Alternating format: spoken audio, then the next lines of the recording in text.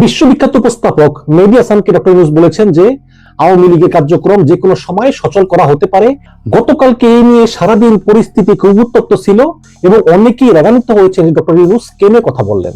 Doctor Yunus যখন নির্বাহী আদেশে আওয়ামী লীগ কার্যক্রম স্থগিত করলেন তখন কি তিনি এগুলো ভেবে দেখেননি? এই ইউনূস কিন্তু এর আগে বলেছিলেন অনেকবার যে আওয়ামী লীগকে নিষিদ্ধ করার কোনো পরিকল্পনা সরকারের নেই, আওয়ামী লীগ নির্বাচন করবে কিনা সে সিদ্ধান্ত আওয়ামী লীগকেই নিতে হবে। এটা কিন্তু ডক্টর ইউনূস অনেকবার বলেছেন। সেই ইউনূস ছাত্র জনতা যখন অবরোধ করলো যমুনা, তখন তিনি বাধ্য হয়ে আওয়ামী লীগের উপর স্থগিতাদেশ দিলেন। ভালো কথা, সেই তিনি আবার মেহেদী হাসানকে গতকালকে বলেছেন যে যে কোনো সময় আওয়ামী লীগের কার্যক্রম সচল করা হতে পারে। এই নিয়ে গতকালকে ছিল দিনভর উত্তপ্ত। তো এই নিয়ে গর্জে উঠলেন লেখক কলামিস্ট গৌতম দাস, এবং এই গৌতম দাস কিন্তু বর্তমান সময়ের সবচেয়ে গ্রহণযোগ্য একজন আলোচক সমালোচক। তিনি দীর্ঘদিন ধরে ফারুক সোবহান নামে কলাম লিখেন এবং দর্শক আপনারা তার ফেসবুক আইডিটা ফলো করতে পারেন, গুরুত্বপূর্ণ আপডেট পাবেন। তো সেই গৌতম দাস একটা স্ট্যাটাস দিয়েছেন, আমি পড়ে শুনে তিনি কি লিখেছেন, এটা পড়লেই অনেক বিষয় আপনাদের কাছে ক্লিয়ার হয়ে যাবে। গৌতম দা লিখেছেন, জিটিও কে প্রধান উপদেষ্টা বলেছেন যে আওয়ামী লীগের কার্যক্রমের উপর নিষেধাজ্ঞা যে কোনো সময় তুলে নেওয়া হতে পারে। এটা ইত্তেফাকের একটা হেডলাইন। তো গৌতম দাস লিখেছেন যে ইত্তেফাক সহ বেশ কিছু দৈনিক এমন টুইস্টেড শিরোনাম করেছে, যেমন আমি বললাম আমি সাদা পছন্দ করি না। তো এই বাক্য থেকেই শিরোনাম করা হলো যে আমি কালো পছন্দ করি। কিন্তু আমি তো বলিনি আমি কালো পছন্দ করি, আমি বলেছি আমি সাদা পছন্দ করি না, কিন্তু ওই টুইস্টেড করে হেডলাইন ঘুরিয়ে দেওয়া হলো। এই সবই হলো টুইস্টেড নিউজ। টুইস্টেড মানে হচ্ছে মুচড়ে দিয়ে নতুন পছন্দের অর্থ বের করে দেওয়া শিরোনাম। প্রথম কথা হলো এটা ডক্টর ইউনূসের বক্তব্য নয়, বলতেছেন গৌতম দাস। শুধু এটা ইউনূসের বক্তব্য নয় তাই নয়, এ প্রসঙ্গে বক্তব্যের মূল কথাও নয়, শিরোনামও নয়। এখন এমন শিরোনাম দেখে অনেকেই ভীত বা হতাশ। আমি মনে করি এগুলো ভিউ খোরদের শয়তানি, জার্নালিজমের আবর্জনা বা কলঙ্ক। তবুও তর্কের খাতিরে ধরেই নেই যারা ভীত হতাশ, তাদের জন্য বলি মনোযোগ দিয়ে শোনেন। যদি কোনো কারণে হঠাৎ আওয়ামী লীগের কার্যক্রমের উপর নিষেধাজ্ঞা তুলে নেবার মতো বা তার ধারে কাছেও কোনো সরকারি নির্দেশ আসে, তবে কাল থেকে শুরু অক্টোবর মাসই হবে ইউনূস সরকারের শেষ সময়ের ঘন্টা। এই অক্টোবর মাসই হবে ইউনূসের শেষ মাস যদি আওয়ামী লীগ কার্যক্রমের উপর নিষেধাজ্ঞা সে প্রত্যাহার করে নেয় বা এর ধারে কাছেও কিছু করে। সবকিছু ঠাট্টা মশকরা বা হালকা ভিউ খোরের আলাপ নয়, কিছু জিনিস আছে খুবই খুবই ভারী। তো গৌতম দাসের কথা থেকে আমরা দুটো জিনিস পাই। একটা হচ্ছে এটা ইউনূস বলেননি যে আওয়ামী লীগের কার্যক্রম পুনরায় সচল করা হবে, এটা পত্রিকার টুইস্টেড শিরোনাম। দ্বিতীয়ত, যদি এটা ইউনূস করেও থাকে, যে ইউনূস সিদ্ধান্ত নিল যে আওয়ামী লীগের উপর থেকে স্থগিতাদেশ প্রত্যাহার করে নিবে, তাহলে এই অক্টোবরই হবে ইউনূসের শেষ মাস। প্রবল গণ আন্দোলনে বা দ্বিতীয় গণ অভ্যুত্থানে ইউনূসের পতন হবে। দর্শক আসলে কিন্তু এটা ইউনূস বলেননি। গতকালকে দিনভর ডক্টর ইউনূসের অনেক সমালোচনা হয়েছে। গণ অধিকার পরিষদের সাধারণ সম্পাদক রাশেদ খান ইউনূসকে বলেছেন যে আপনি তাহলে আওয়ামী লীগের দায়িত্ব নিন। আবার এনসিপি নেতা হান্নান মাসুদ বলেছেন ইউনূসকে আপনি ক্ষমা চান। ইত্যাদি বিভিন্ন শিরোনাম হয়েছে এবং সবই ডক্টর ইউনূসের বিরুদ্ধে, যে কেন তিনি একবার আওয়ামী লীগের উপর স্থগিতাদেশ দিলেন, আবার দ্বিতীয়বার তিনি বললেন যে কোনো সময় সচল হতে পারে। তো এই নিয়ে একটা ব্রিফিং দিয়েছে সরকারি প্রতিষ্ঠান press institute of Bangladesh, PIB. এই পিআইবি কর্তৃক পরিচালিত একটা সংস্থা বাংলা ফ্যাক্ট, তারা ফ্যাক্ট চেকিং করে আর কি। তো এখানে মানব জমিন থেকে আমি উদ্ধৃত করতেছি, সেখানে এটা কিন্তু সরকারি বিজ্ঞপ্তি। ডক্টর ইউনূস কি কথা বলেছেন মেহেদী হাসানকে এবং এটা নিয়ে যে ভুল বোঝাবুঝি সেটার অবসানের জন্য সরকারি সংবাদ সংস্থা press institute of Bangladesh, PIB, সেই পিআইবি কর্তৃক পরিচালিত বাংলা ফ্যাক্ট, তারা লিখেছেন যে সম্প্রতি জিটিওর ব্রিটিশ আমেরিকান সাংবাদিক মেহেদী হাসানকে সাক্ষাৎকার দেন ডক্টর ইউনূস, যা বাংলাদেশের বিভিন্ন গণমাধ্যমে প্রকাশিত হয়। খবরে বলা হয় যে আওয়ামী লীগের কার্যক্রমের উপর আরোপিত নিষেধাজ্ঞা যে কোনো সময় তুলে নেওয়া হতে পারে। প্রকাশিত এই তথ্য সঠিক নয় বলে দাবি করেছে press institute of Bangladesh, PIB কর্তৃক পরিচালিত বাংলা ফ্যাক্ট। ফ্যাক্ট চেকিং এর এই প্রতিষ্ঠান সরকারকে নিয়ে হওয়া বিভিন্ন খবরের তথ্য যাচাই করে থাকে।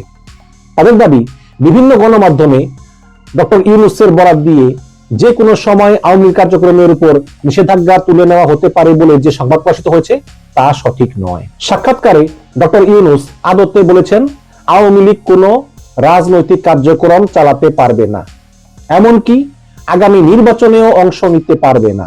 ইউনূসের ভাষায় আওয়ামী লীগের বৈশিষ্ট্য দেখে এবং তারা যে পুরো নির্বাচনকে বাধাগ্রস্ত করবে সেই সম্ভাবনা বুঝে নির্বাচন কমিশন ভেবেছে যে তাদের নির্বাচনে অংশগ্রহণের অনুমতি না দেওয়াই ভালো। এবং স্পষ্টতার খাতিরে তিনি আরো বলেন যে অন্যথায় আমরা নির্বাচন করতে পারবো না।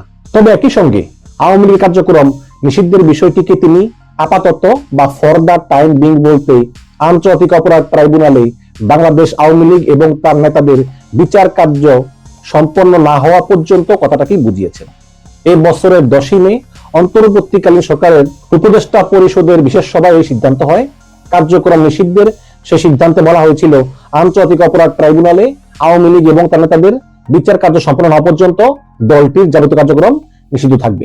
সুতরাং মেহেদী হাসানকে দেয়া সাক্ষাৎকারে অন্তর্বর্তীকালীন সরকারের প্রধান উপদেষ্টা ডক্টর মোহাম্মদ ইউনূস বিচার কার্য সম্পন্ন না হওয়া পর্যন্ত সময়টিকেই ফর দা টাইম বিং হিসাবে বলেছেন এবং কোন একটা সময় এটা চালু হতে পারে বলে তিনি এই বিচার কাজ সম্পন্ন হওয়ার পরের সময়টাকেই বুঝিয়েছেন। এই যে বলেছেন যে কোন একটা সময় আওয়ামী লীগের কার্যক্রম চালু হতে পারে, এটা ইউনূস বুঝিয়েছেন যে বিচার শেষ হওয়ার পরে কোনো এক সময়, এখন না, বর্তমান সময় বা নির্বাচনকালীন সময়ও না। বাংলা ফ্যাক্ট কর্তৃক আলোচিত সাক্ষাৎকারের প্রাসঙ্গিক অংশের ইংরেজি ট্রান্সক্রিপ্ট এবং এর হুবহু অনুবাদও তুলে ধরা হয়েছে। দর্শক, তাহলে আমরা ক্লিয়ার হলাম। বিশেষ করে লেখক এবং কলামিস্ট গৌতম দাসও বলেছেন যে ডক্টর ইউনূসের কথা বলেননি, তিনি পুরো ইন্টারভিউটা শুনেছেন এবং বলেছেন ডক্টর ইউনূসের কথা বলেননি, শিরোনামকে টুইস্ট করা হয়েছে ভিউ বেশি পাওয়ার জন্য।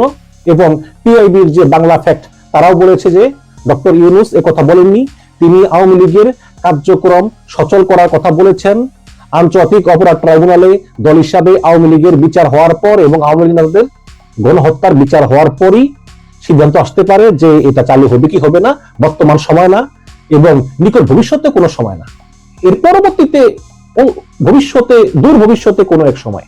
এবং দর্শক, আপনারা এও জানেন যে আসলে তো সহজ না। যদি ইউনূস সরকার কোনো কারণে এই আওয়ামী লীগকে নির্বাচনে অংশগ্রহণ করতে দেয় এবং আওয়ামী লীগের কার্যক্রম সচল করার ঘোষণা দেয়, তাহলে কিন্তু জামাত ইসলাম এনসিপি এরা বসে থাকবে না এবং বিএনপির একটা বড় অংশ কিন্তু এর বিরুদ্ধে আন্দোলনে নামবে। কারণ বিএনপির যে তৃণমূলের নেতাকর্মীরা আছে তারা কিন্তু অত্যন্ত নির্যাতিত এবং তারা এই আওয়ামী লীগের ব্যাপারে বিএনপির হাইকমান্ড চাইলেও তাদের কথা শুনবে না, তারা রাস্তায় আন্দোলনে নামবে। যেখানে 1 বছরের বেশি সময় আগে একটা প্রবল গণহত্যা হয়েছে, সেই গণহত্যার রক্তের দাগ এখনো শুকায় নাই, সেই আওয়ামী লীগকে আবার এর ভিতরেই পুনর্বাসন করা হবে, কার্যক্রম সচল করা হবে, এটা সম্ভব না। যদিও মানব জমি থেকে প্রকাশিত একটা খবর আমরা জানি যে মার্কিন যুক্তরাষ্ট্র এবং যুক্তরাজ্য তারা শেখ হাসিনার কাছে প্রস্তাব দিয়েছিল যে যেহেতু আপনার বিরুদ্ধে গণহত্যার অভিযোগ সেগুলো প্রমাণিত এবং প্রায় শত শত অডিও ট্যাপ, সাক্ষী, ভিডিও এই সমস্ত প্রমাণিত, অনেক আওয়ামী লীগেরা বলে যে 7.62 রাইফেল তো পুলিশ ব্যবহার করে না, তাহলে এই রাইফেলের গুলিকে আন্দোলনকারীরা মারা গেল কিভাবে? আমি বারে বারে বলেছি যে এই আওয়ামী লীগের লোকেরা এত প্রোপাগান্ডা ছড়ায়। 7.62 রাইফেল 2023 সালে সরকারি ক্রয় আদেশের মাধ্যমে চীন থেকে কিনে আনা হয়েছে, চট্টগ্রাম বন্দর থেকে খালাস করা হয়েছে এবং অসংখ্য ভিডিও ফুটেজে 7.62 mm চাইনিজ মারণাস্ত্র পুলিশের কাছে দেখা গিয়েছে এবং পুলিশ গুলি করেছে, ভিডিওর কাছে দেখা গিয়েছে গুলি করেছে, এরকম শত শত ফুটেজ আছে। তারপর আওয়ামী লীগ ওই মিথ্যা কথাগুলো বলবে। এখন বলে যে উপদেষ্টা সাখাওয়াত সাহেব বলেছেন যে 7.62 রাইফেল তো পুলিশের কাছে থাকার কথা না, এটা তো মারণাস্ত্র, এটা তো সেনাবাহিনী ব্যবহার করে, তাহলে এটা পুলিশের কাছে এলো কিভাবে? এই কথারই কাটসাট করে আওয়ামী লীগ গুজব ছড়াচ্ছে। এতে কোনো সন্দেহ নাই যে শেখ হাসিনা এবং তার কাছের কিছু লোকের নির্দেশেই police, army, RAB, Chhatra League, Jubo League এই গণহত্যা চালিয়েছে। আমি বলেছি যে আওয়ামী লীগকে অন্তত 2বার নির্বাচনে অংশগ্রহণ করার সুযোগ থেকে বঞ্চিত করা হোক, কারণ তাহলে একটা শিক্ষা হবে যে কোনো রাজনৈতিক দল তারা আওয়ামী লীগের মতো সোজাচারী হয়ে উঠবে না। দর্শক, আপনারা শিওর থাকেন যে এই সামনের নির্বাচনে আওয়ামী লীগ অংশগ্রহণ করতে পারবে না। হ্যাঁ, তারা চেষ্টা করবে বিদেশে বসে বা অর্থায়নের মাধ্যমে বা বিভিন্নভাবে চেষ্টা করবে দেশে একটা নৈরাজ্য সৃষ্টি করার, একটা অস্থিতিশীলতা সৃষ্টি করার, কিন্তু শেষ পর্যন্ত যদি বিএনপি, জামাত, এনসিপি সর্বোপরি জনগণ ইউনাইটেড থাকে তাহলে আওয়ামী লীগ কিছুই